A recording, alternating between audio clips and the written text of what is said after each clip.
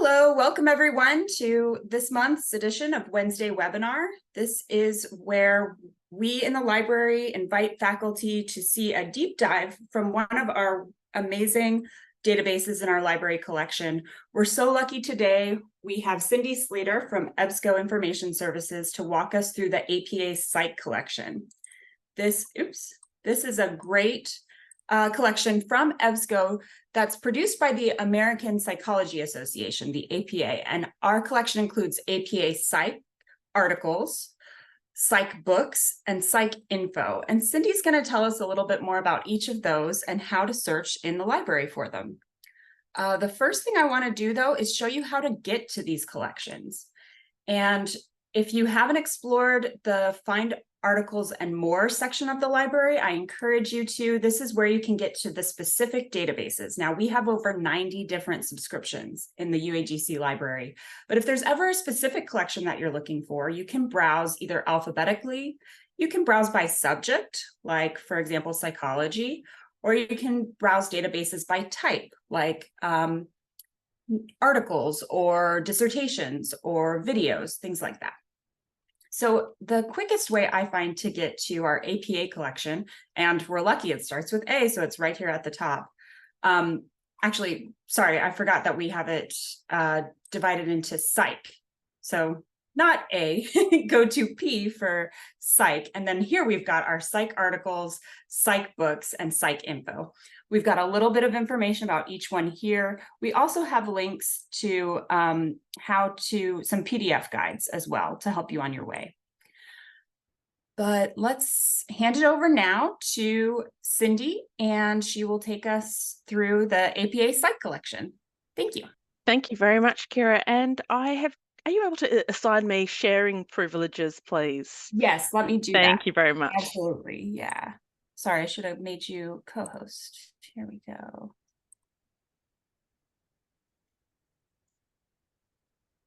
Thank you very much for that. So good morning, good afternoon, good evening, everyone. Thank you so much for your time today. As Kira mentioned, I work for EBSCO Information Services as a training specialist. I am based in Boston, and in my role with EBSCO, I provide training for our customers across the US and Canada. I've been with EBSCO since 2014, so I began working for EBSCO in Australia and then moved to the US in 2019. And in terms of my background, I've got a background as a health professional, as a school teacher, librarian, and it comes together very nicely in this role here with EBSCO. So I have a few slides to introduce the resources, and then we'll move across to the live environment. And when we move across to the live environment to do some demo searches, I do encourage you to search along with me. So if you would like to, use the path that Karen has mentioned a moment ago to access the EBSCO databases, please go ahead and do so when we do our searches together. So there are 3 databases that we'll be looking at. We will talk about search tips to help you get the most out of your searches. And then in the live demonstration, we'll do some keyword searching, some basic keyword searching, and then looking at some more advanced keyword searching. And we'll also search using the controlled vocabulary thesaurus in the APA databases. We'll talk about some of the special limiters and also special fields that are available in the APA databases, how to use the search history to combine searches, how to set up alerts. So on this platform, you've got the ability to set up search alerts and journal alerts. And we'll close off the session on our help site, which is called EBSCO Connect. And that's where you can find things like tutorials and FAQs plus more. So coming out of today's session, I hope that you come out of the session feeling comfortable and confident in being able to search for content in the APA databases, use tools to work with an article, set up a search alert, and then know where to go to find those FAQs and tutorials. So the 3 databases, the first one is APA Psych Info. So this is an index of peer-reviewed literature. It's updated on a weekly basis, and it's a huge index. There are over 4.8 million bibliographic records in there. It has publications from more than 50 countries and journals published in 29 languages. The second database is APA Psych Articles. So this is a full text catalogues catalogue of research published by the APA and affiliated journals. This database is also updated on a weekly basis, and it has more than 218,000 full text articles.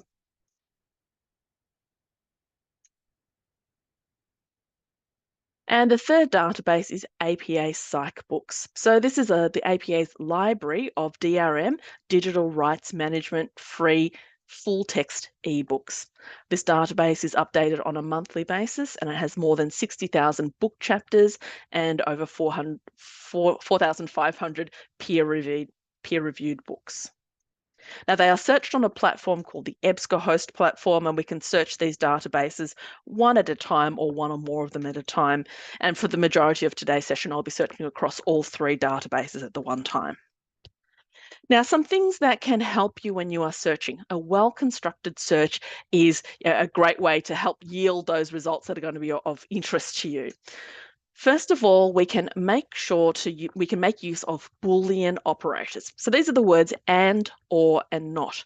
And these words in the search can help to narrow the search. So that's where you use the and Boolean. Diabetes and obesity is going to retrieve references with both search terms. When you want to broaden the search, so maybe you've got similar terms or overlapping or related terms and you want to capture all of those options or any of those options, that's when you use the or Boolean. So diet or nutrition is going to retrieve references with either search term.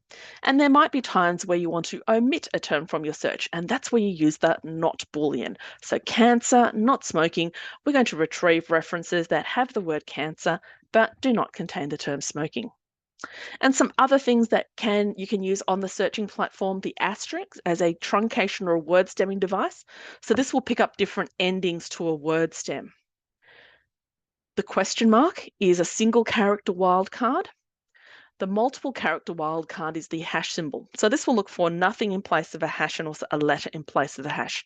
And you may guess that this is a popular one to use for those words where there's a difference between British and American English. So words like colour, behaviour, paediatric, flavour, they're all examples of where you may choose to use this hash symbol. EBSCOhost platform's pretty good at picking up both spellings anyway, but you might just want to file that tip away and you may choose to use it as part of your searching. And the last tip is to use quotation marks for phrase searching. So I want to retrieve references with these words together and in this exact order.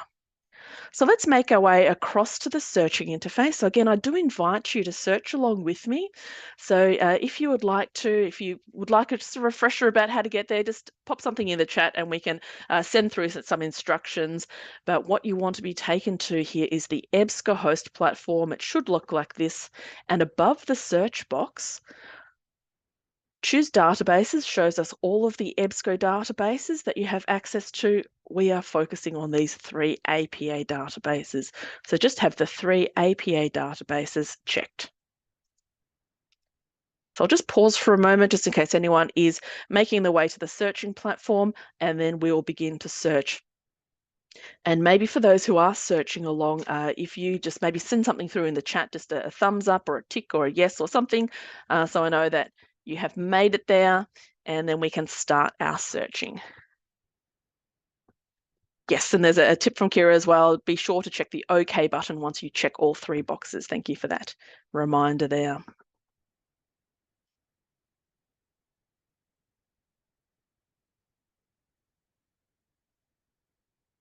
Okay, so just a tick or a yes or something in the chat if you are on the searching interface, and then we'll make a start with our searches.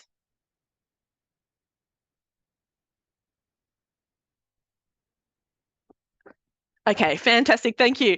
Wonderful. So I can see a few people have made their way to the searching interface. Great. So you can see that we've started here on the advanced search screen. Now, if you have got a search that's got some complexity to it, this advanced search screen allows you to space out different aspects or concepts in your search topic on different rows. Oh, I know what it feels like to have slow internet. So that's all right. We won't go too far ahead. I can see that you are not far off where we are.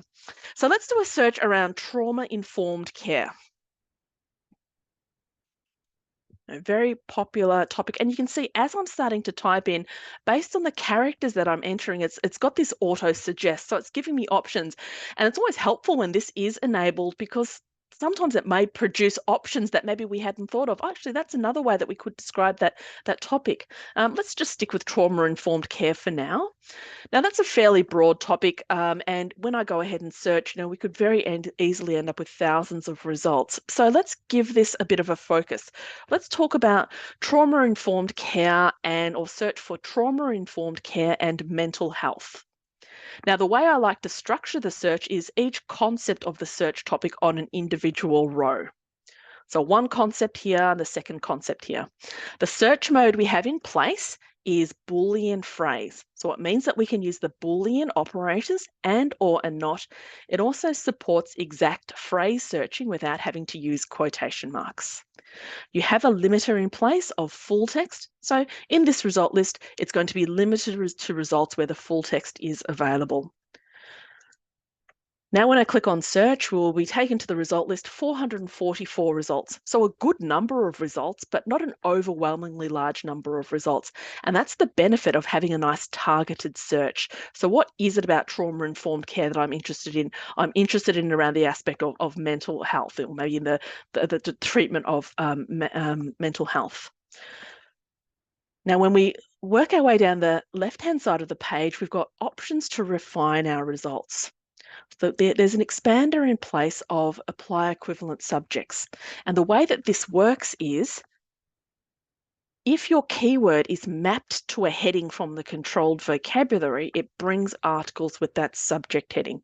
So an example I often like to give is, say you do a search for heart attack, and heart attack is mapped to the subject heading of myocardial infarction. You get articles in the result list that have the subject of myocardial infarction. Now you have this limiter in place of full text. So each one of these results will have some kind of option to link out to the full text. If you remove the limiter, you might end up with more results in the result list, but not every single result will have a link to the full text.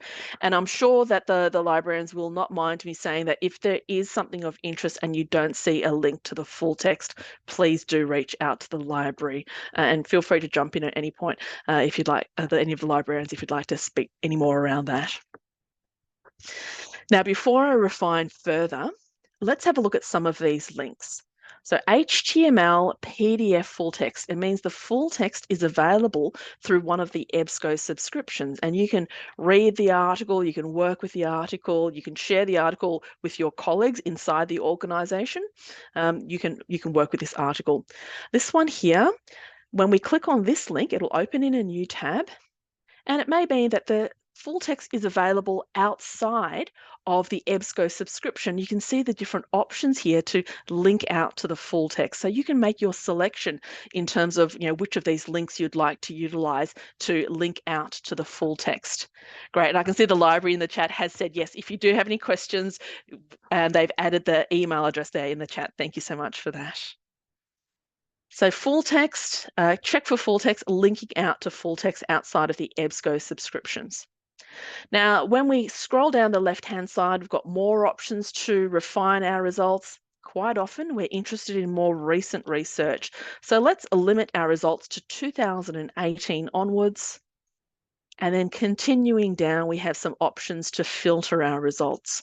I can see for this search, the majority of the results come from academic journals. We also have some book chapters that have matched the search. We can filter by publication, so I can see where these results are coming from, broken out by publication. The majority of these results come from this search, come from the journal Psychological Services. Now we can sort this information by name, A to Z, and we can also sort by hit count, number of results. And then continuing down, we have more options to filter. For instance, here, if you filter by gender, say you select female, it doesn't mean that every single person in the study has to be female, it just means there has to be at least one female in the study. Same goes for male. You can filter by methodology, you can filter by tests and measures. I would like to see any research that has used a particular research instrument, a questionnaire, a scale, a survey, an index, a checklist. We've got the option to filter. And then the last filter here is showing us where the results are coming from, broken out by database. And for this search, the majority of the results come from that Psyc info index. We have got some results from the Psyc articles database and 5 book chapters from the Psyc books. So let's go ahead and work with one of these results. I'll work with this first one here. So I've got information about the title and the authors. I can see the publication that it sits in, the volume and issue. So this is October 2023. I can see the publisher, the digital object identifier, and this is from the Psych info database. The subjects that describe the content of the article, and then the full text links here. For those of you who may recall when I spoke about the Psych info database, I mentioned that it was an index. What happens in the background with an index, there's no full text, but when you are partnering with other EBSCO databases, what the EBSCOhost platform does in the background is if the full text is available through any of your other EBSCO databases, it places the full text link here for you. So just in case you had a question about how come I'm seeing full text with Psych info when that's an index, it's because in the background, EBSCOhost is searching for the full text through your EBSCO subscriptions. So I'm going to have a look at the PDF full text. So you can read this on screen, you can print the full text, you can save the full text to your device. You've got some options to save to the cloud. You can save it to a personal folder, and we'll talk a bit more about the folder a bit later on. Very popular tool is the citation format tool. It's a great time saver from here. You can copy and paste. There's the export manager. So if you'd like to export to EndNote, you can do so. You can export results one by one, or you can save a number of results to your folder and export them in one go. And the last tool is this permalink tool. And this is a great way to share something. So maybe you would like to share this with one of your colleagues, or you'd like to share this with the students. Copy the permalink and then send it to the colleague or the student. And when that person clicks on the link and it recognizes they are part of the University of Arizona Global Campus, then that person will be taken to this page and they can access the full text of the article. Whenever something's in HTML full text, you can read it on screen, and I'd just like to point out that there is a translation tool. So look out for the translation tool anytime something's available in HTML full text. Now, the last thing we'll do with this article is we'll look at the detailed record. So the detailed record, this shows us all of the particulars of the article. You'll notice that the authors are all hyperlinked. So this is great if you are looking for anything. I'd like to see anything else that has been authored by this person. I can click on the link and it'll do an author field search. I can see information about the publication that it sits in, and I can see some other particulars.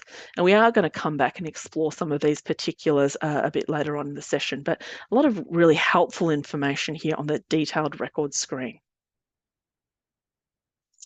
Okay, let me pause for questions. Any questions so far?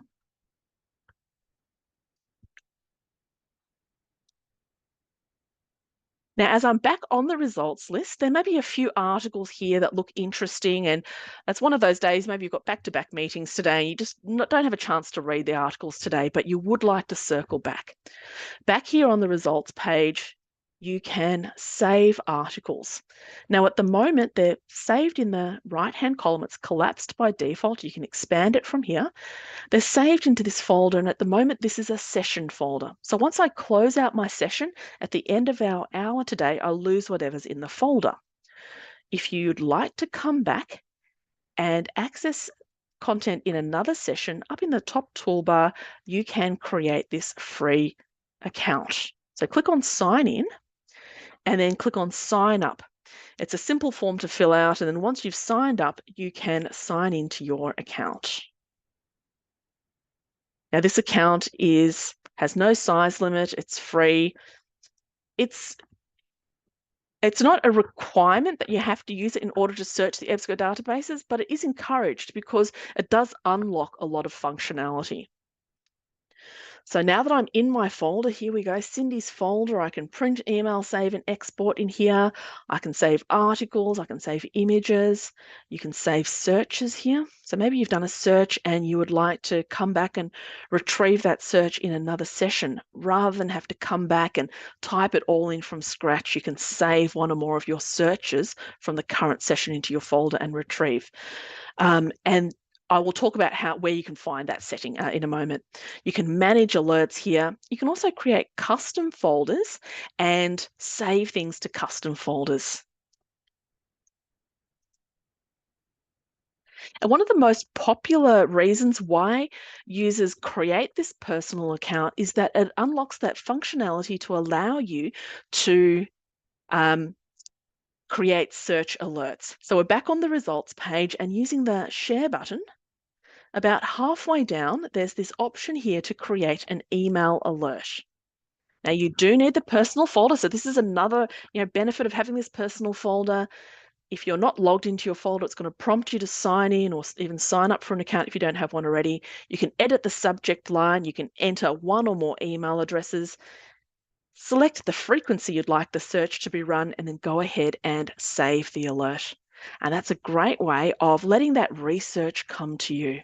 So I do encourage you, if you have got an area of interest, create a search and then create a search alert. Or maybe for the students, encourage the students. Maybe they're working on a particular project. Encourage them to create a search and use that personal folder to create a search alert. Fantastic. I'm just keeping an eye on the chat that's happening as well. So that's great that there's some use and also encouragement of the personal folder. Fantastic. Lovely. So that's a fairly simple search. Let's start to dive in a little deeper.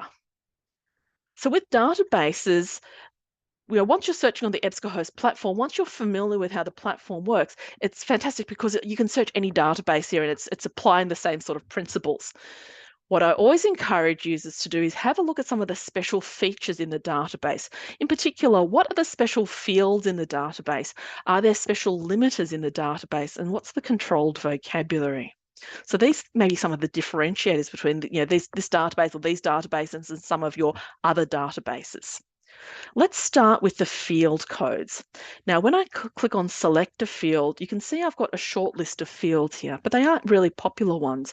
I'm looking for something by a particular author. I'm looking for something where there's a keyword in the title of the article. I'm looking for content that's from a particular source or a particular journal.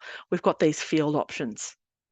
I do encourage you to have a look at the field options for an individual database, and then you'll see the full list of field options that are available. Once you have more than one database selected, you just get that short list of common fields. But for this example here, I'm just going to search Psych info. And now when I look at the search a field, you can see I've got a lot of field options available. So there's an author affiliation. I'm looking for any research where there's an author affiliation with the University of Arizona Global Campus, or there's an author affiliation with Harvard Medical Center. We can medical school, I should say, sorry. We can find that content there. I'm looking for anything that's been mapped to a particular MESH, medical subject heading. Further down, conference information, grant sponsorship. I'm looking for any research that's been funded by a particular grant. Intended audience. So lots of different options here, and I do encourage you to explore all of the different options that are available. So some popular ones, if I go back to my slides. So the author affiliation, tests and measures. So it indicates if a test is used in the methodology of a study. So maybe you are looking for something that's used, the mini mental state examination, or the ADHD rating scale, or the Cornell scale for depression, etc. The methodology, I'm looking for a particular research study. I'm looking for a clinical trial. I'm looking for a meta-analysis. I'm looking for a randomized control trial. And then I also touched on the medical subject headings.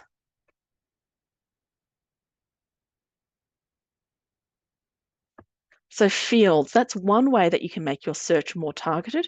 I'm going to go back to my all three databases. And the second way that you may choose to make your search more targeted or more advanced is to have a look at the limiter options that are available. Now, there are some that are common to different databases, so limiting by full text, limiting by publication date range. The APA databases also have some special or quite unique limiters. The APA databases have a limiter about impact statement available. And an impact statement describes the relevance of the research to the general public. So it may help to justify a research project in grant writing. The impact statement sits on the detailed record screen, and we'll have a look at one in a moment. Open access. You may have noticed open access appearing on the results list. It indicates if a journal or article is available through open access. So we've got the option to limit to just results that are available through open access. So let's do this one here, impact statement available, and let's do something around social isolation. So I have that impact statement available, limiter checked. We're searching for social isolation. And when we have a look at these results, I'm going to go to the detailed record screen. And it usually sits below the abstract. So here's the impact statement, describes the relevance of the research to the general population. So something that not everyone, that's quite special to this database. I always like to point it out. And while we're here, let's have a look at some of the other fields that we can see the tests and measures, the tests that we used in this study, and we can see the grant sponsorship for this research study. We can see the methodology, and we can see some other information about this.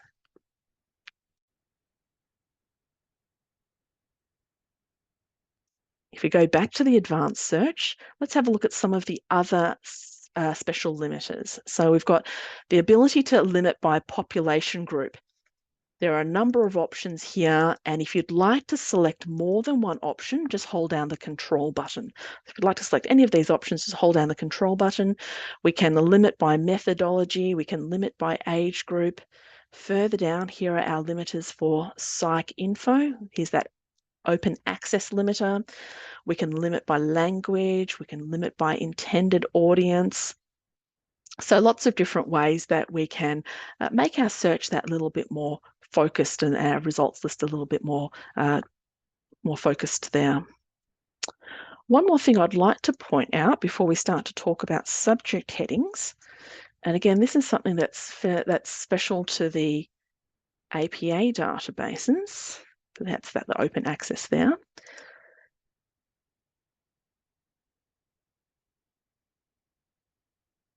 You'll see on the detailed record screen if the subject of this article has been mapped to any MESH medical subject term. So for those of you who are familiar searching Medline, and in PubMed, you'll know that that's the controlled vocabulary thesaurus in Medline and PubMed.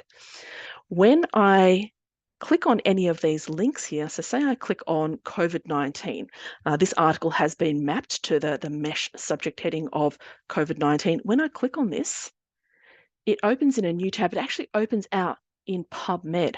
So this allows for cross-platform searching. So that's something you may not have realized with the APA databases, the ability to link out or move out to PubMed. Okay, I'm going to pause for questions. Are there any questions about any of those things? Was anyone aware of that being the ability to link out to PubMed, or is that new information? It's so funny. As a librarian, I always feel like I have a pretty good handle on these databases. And every time a vendor comes, they show me something new. I actually didn't know that it did that. Right. So that's really awesome. Thank you for sharing that, Cindy. Not a problem at all. Great.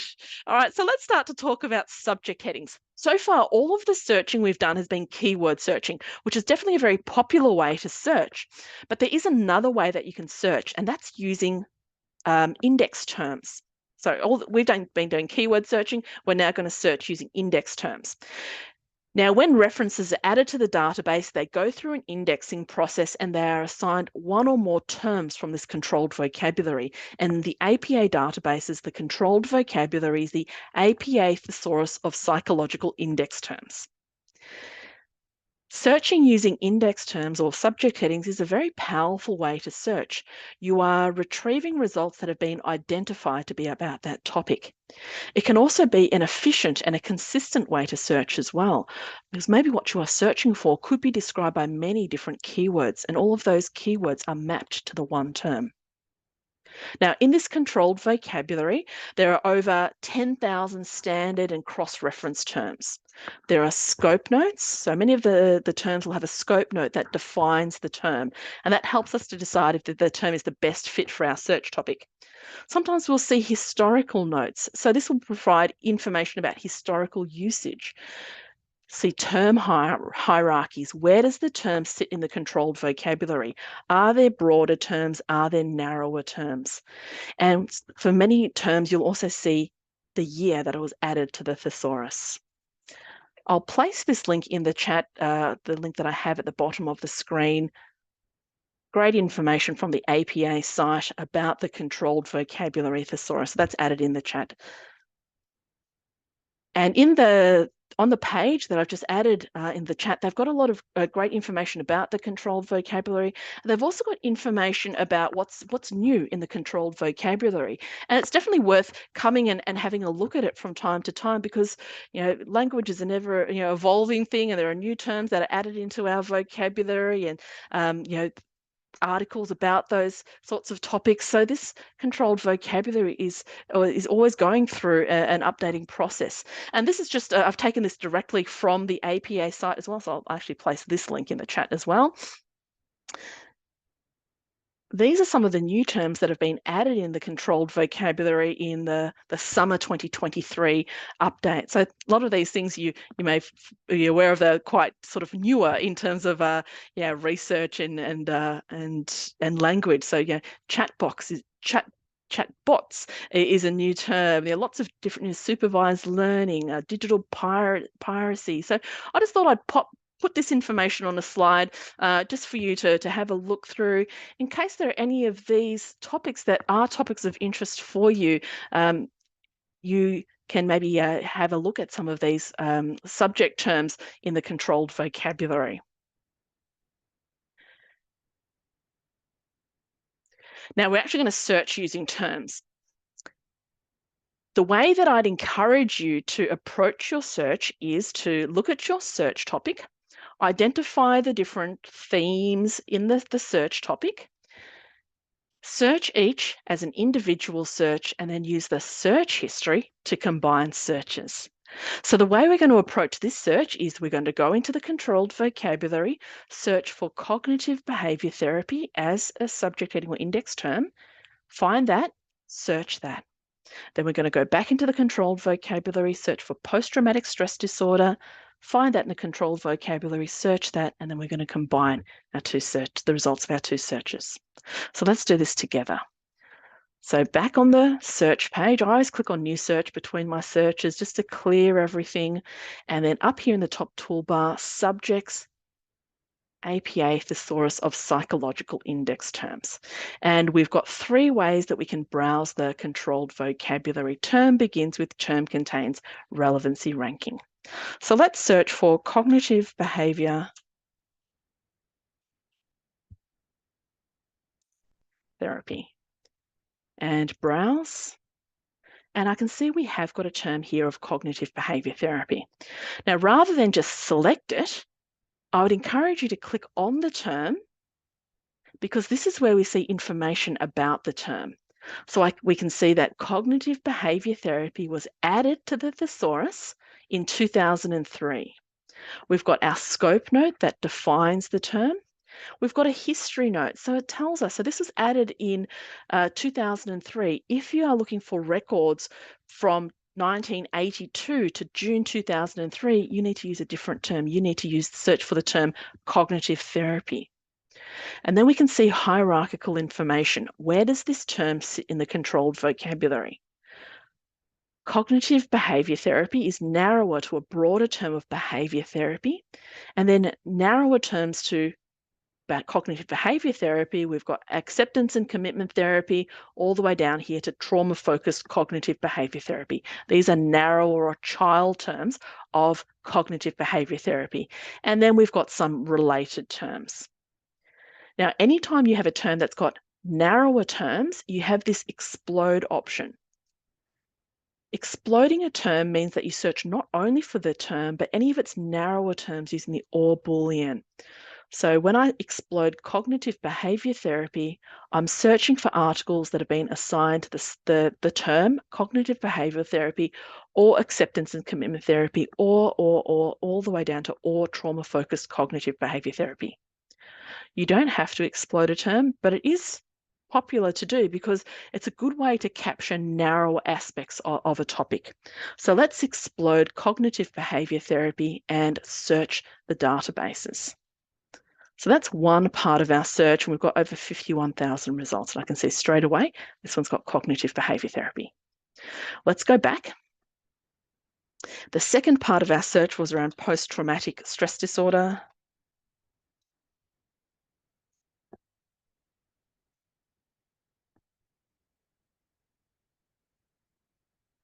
And they have got a subject heading here of post-traumatic stress disorder. Again, I'd encourage you to click on it to have a look. This one was added to the index in 1985. We've got our scope note, history note. So if you are looking for records from 1973 to 1984, then you will need to search for the index terms of traumatic neurosis or stress reactions. So really helpful information if you are looking for older research. And then when we look at the hierarchical information, post-traumatic stress disorder is narrower to a broader term of stress and trauma-related disorders, and then narrower to post-traumatic stress disorders, we've got complex PTSD. The plus sign there means that this term has narrower terms of its own, quite a number of related terms, and we can see what it's used for. So again, I'm going to explode. So I'm going to explode post-traumatic stress disorder. So post-traumatic stress disorder or complex PTSD. I actually want to capture the narrower terms for complex PTSD. So I'm going to explode complex PTSD as well. And let's go ahead and search. And we've got 44,000 results. The search history, so it sits below the search boxes here. The search history shows us all of the searches that we've done in the current session. I've done 6 searches so far, and you can see what happened here when I exploded cognitive behavior therapy or any of its narrower terms. And you can see what happened here when I exploded post-traumatic stress disorder or complex PTSD, and I can see that the narrower term to complex PTSD is desnos, and because I exploded complex PTSD, that's been captured as well. Now what I want to do is combine my searches. I want to combine the results of my search 5 with my search 6.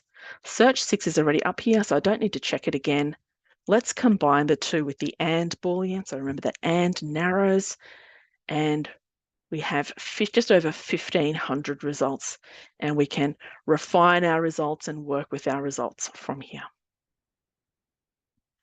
The reason we encourage you to search each concept or element of the search topic as an individual search is that it allows for more flexibility from this search history screen.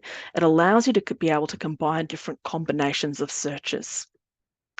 While we're on the search history screen, this is also where you can save your searches. You can print your search history from here, and you can edit your searches. That's great to hear that students get excited about the search history. Yes, that's great. And the ability to be able to save it or print it. Okay, so I've got a few search topics here. We've got some time to do a few more searches using the thesaurus terms. I've got some suggestions here, some suggested topics here, but by all means, if you've got another area of interest or focus and you'd like to search for index terms around that particular area, you're welcome to do so. So my first suggested one is a search, and obviously with your searching, you'd probably have these more phrased in a research question or a clinical question, but for the sake of this training here, I've just structured them in the way of the terms that you'll use. So social media and well-being. Second suggestion, food insecurity and maybe its impact on academic achievement. EMDR, so EMDT, eye movement desensitization therapy and trauma. And then the fourth one here, menopause, and this one's a little bit more complex, menopause and, in parentheses, anxiety or depression. And I will actually talk about this one in a moment, because I've intentionally chosen this one here because when you search for these, it'll give you a couple of different options, and that's when the scope note comes in really handy to help you decide which term is going to be the best fit for your search topic. So I'm going to give you a few moments now to try out one or more of these searches. And if you have any questions, feel free to send them through via the chat. And then once you've had a few moments to do one, we'll do one together.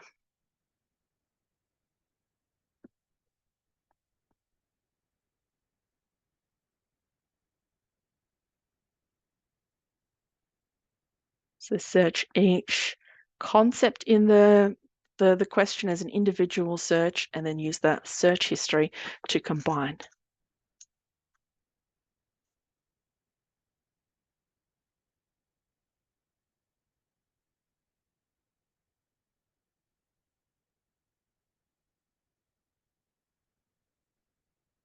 I can see some in the chat around the saving searches. So we'll go through that again. Yes, it's great that the students are using it. So I'll just point out how to do it again when we a bit later on, just if you would like to promote that to the students.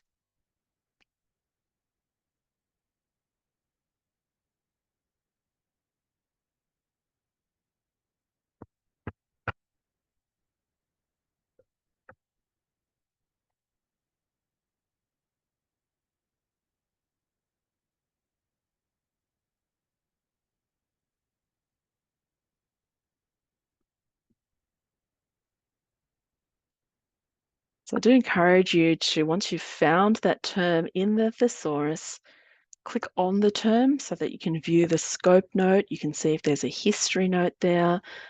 You can see that hierarchical information and what it's used for.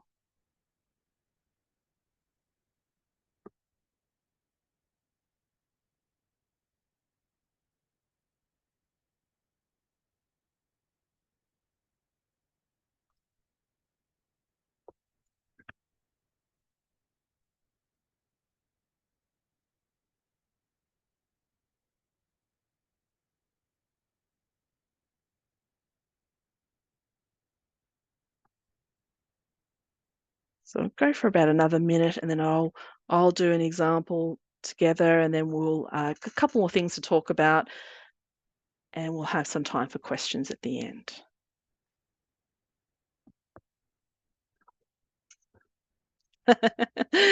I was looking, have a look in the chat. Yeah, putting you to work. Well, I know that for myself, when I'm learning, I like to learn by doing. So I do try to incorporate searching activities into my training session. So hopefully you found these searching activities to be helpful.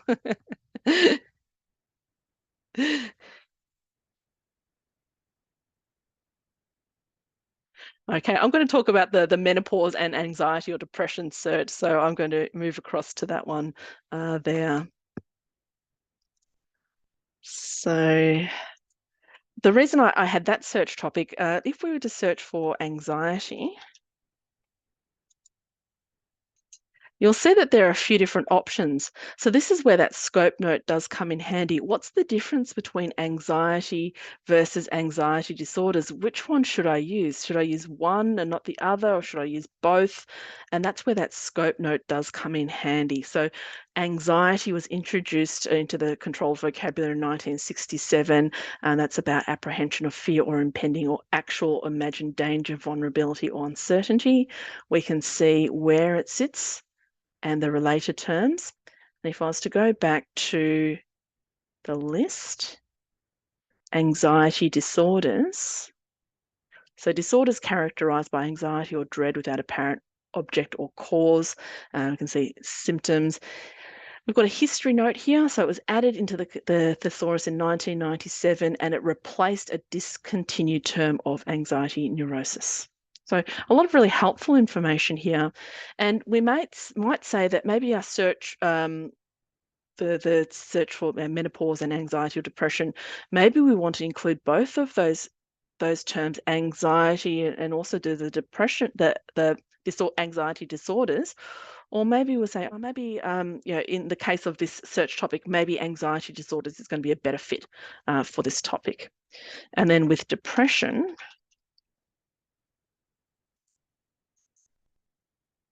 you'll see that there are different options here for depression. So we've got depression emotion.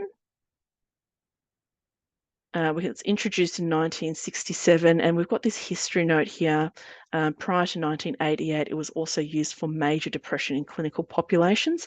For clinical depression, you need to use the term of major depression. So I just thought I'd just pop those examples in there because I think they were good examples of where that scope note comes in very helpful in order to guide you in terms of which is going to be the best fit for your search question, your search.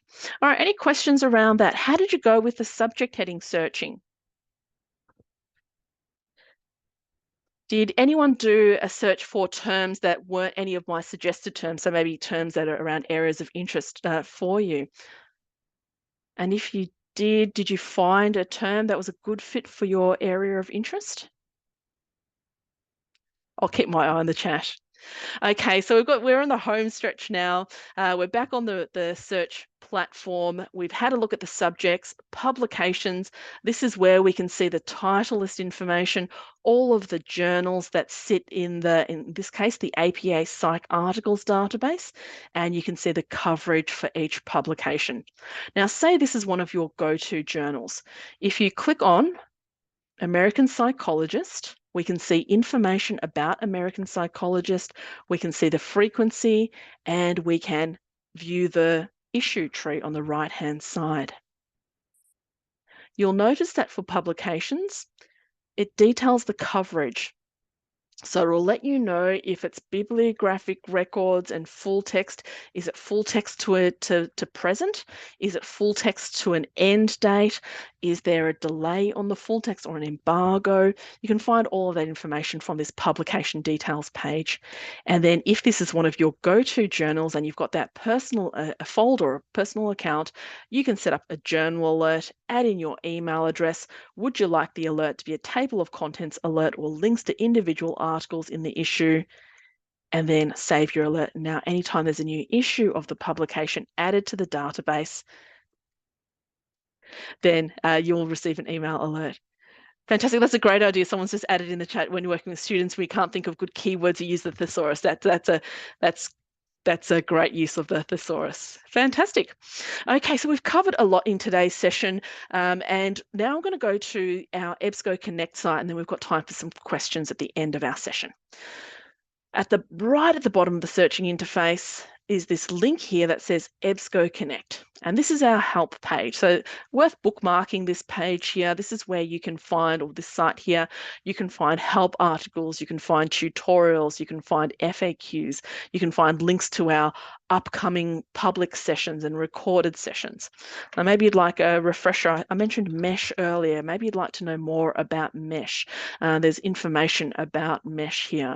Or maybe you'd like to watch a short tutorial. So we spoke about the search alert.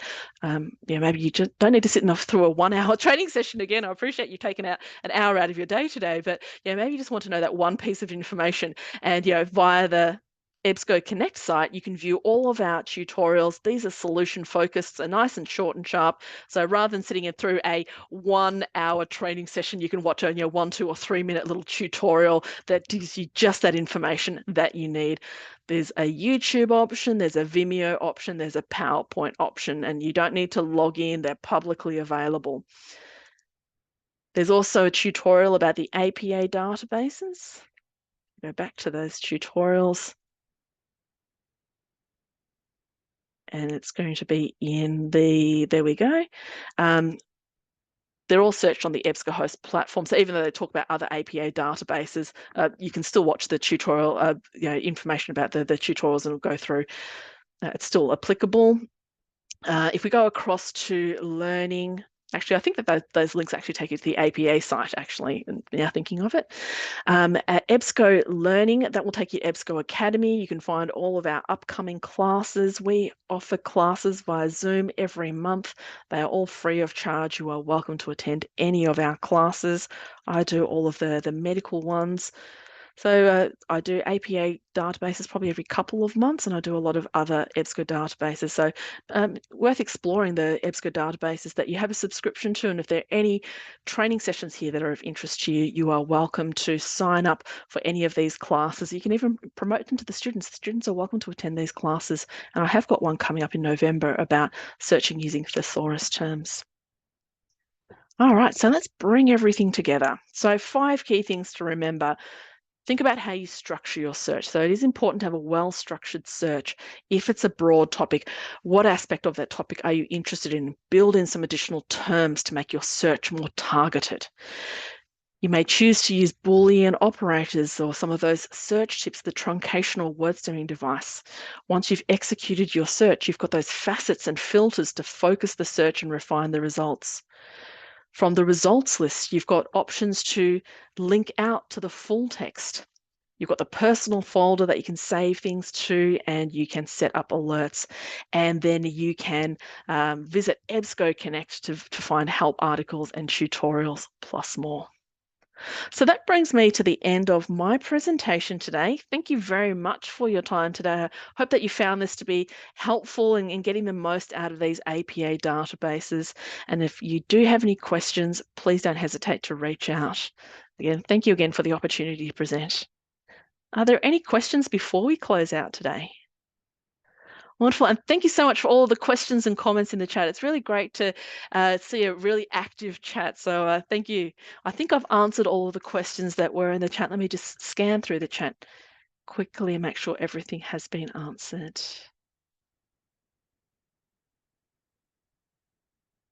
And if you haven't clicked on those links that I added in the chat a little earlier about the thesaurus and the new terms that have been added to the thesaurus, you may just want to just click on those now before we close out. Fantastic. Again, thank you so much for your time today. Thank you so much. Setting up this Cindy. session. Thank you. Yes, thank you for joining us. Thank you to Cindy. Thank you to EBSCO and Janet and Eric. Thank you all participants for being here. And like Cindy said, it's great to have all your comments in the chat. We really appreciate it. And yes, I grabbed those links that Cindy shared. I'll be sending out the recording if you want to share this with colleagues or any other faculty that might be able to benefit. Just stay tuned for an email from me with the link to that. But thank you all so much and have a great rest of your week. Bye. Bye.